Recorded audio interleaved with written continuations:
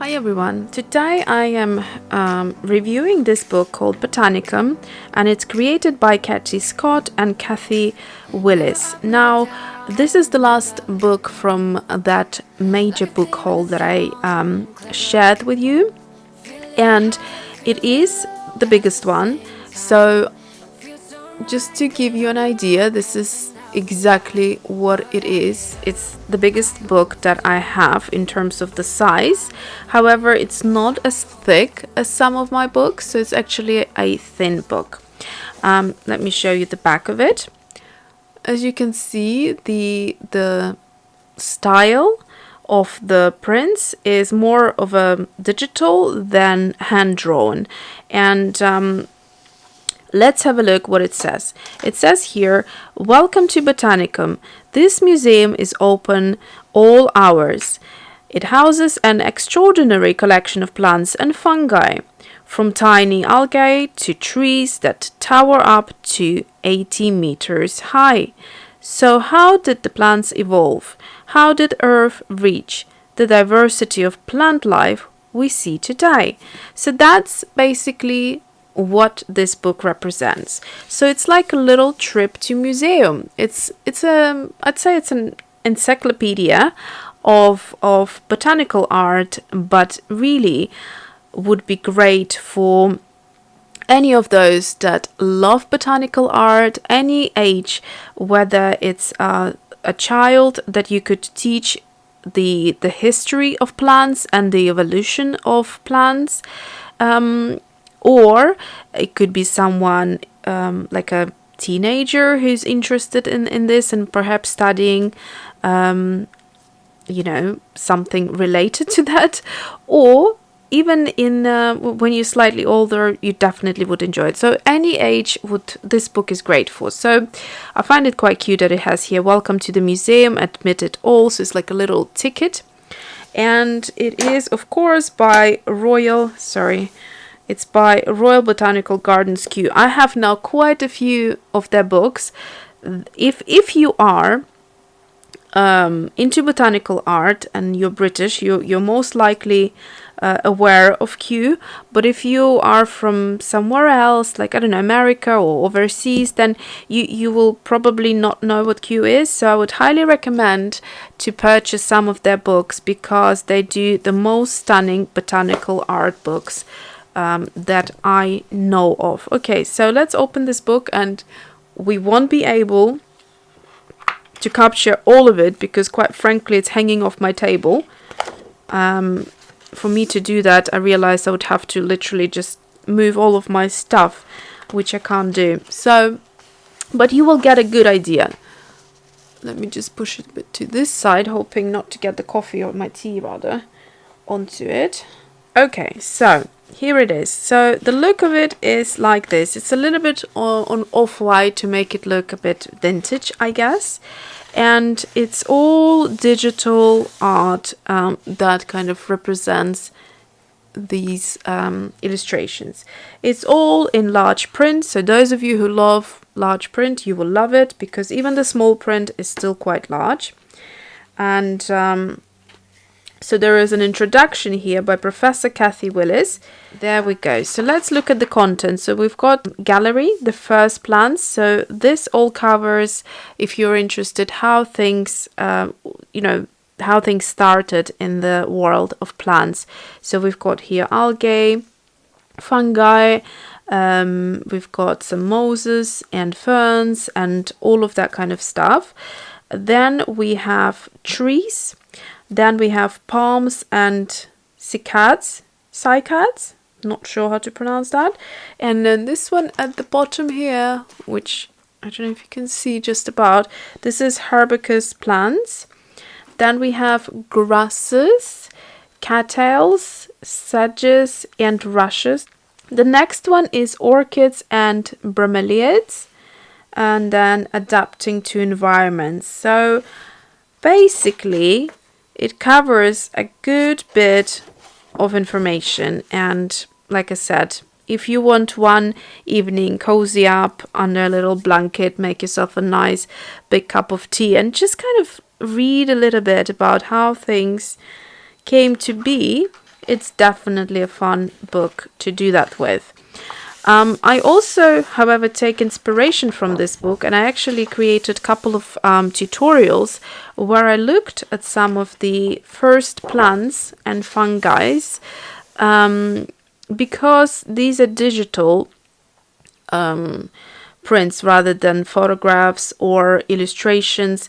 What I could then do is just look at the structure and take it from there. So it's great source for inspiration, I find, because you'll see here things that you most definitely haven't seen before, and you would probably not see it anywhere else other than if you go to a museum. And that's what it is. It's a book that helps you to learn about things from your own home, but feel like you went to the museum, basically. So the layouts are beautiful. You got on this page, you have all this information about ferns. On this page, you have beautiful digital spread of these ferns and what they do. So you have different species, and then you look into onto the key to plate, it says here. So you look at all of them, and there is a bit of information to all of them. So it's really, really fun to learn about plants. So that's what this is it. And just to give you a few more looks. I've seen this tree the other day, but it had these mini leaves, like the same shape of leaf, but a really small one. And I found it quite pretty. So you can read here about it. I definitely want to learn more about it. I found it so intriguing, this tree, because it's so different from every other tree in terms of the leaf shape. It kind of almost looks ancient. So that would be good to learn about it.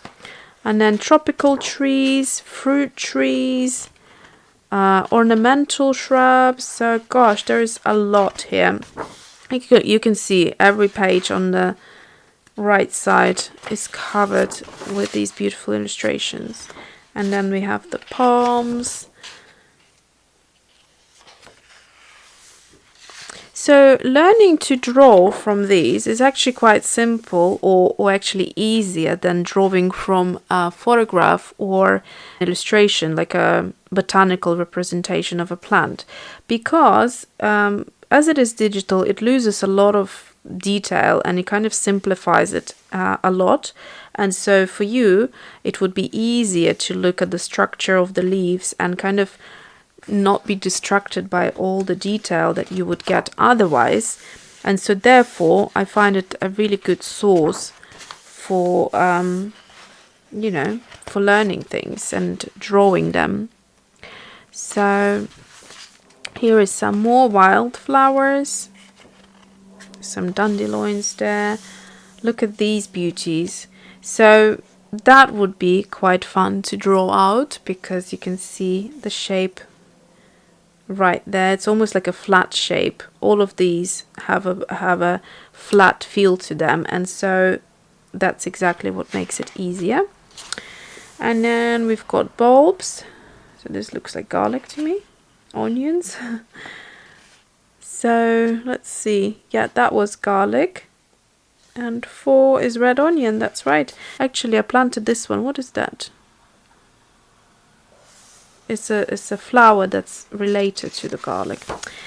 Then we have the edible plants right here.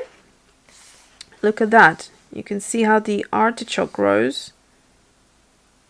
Isn't that beautiful? Is that the artichoke? Oh no, sorry, that's ginger. Oh wow.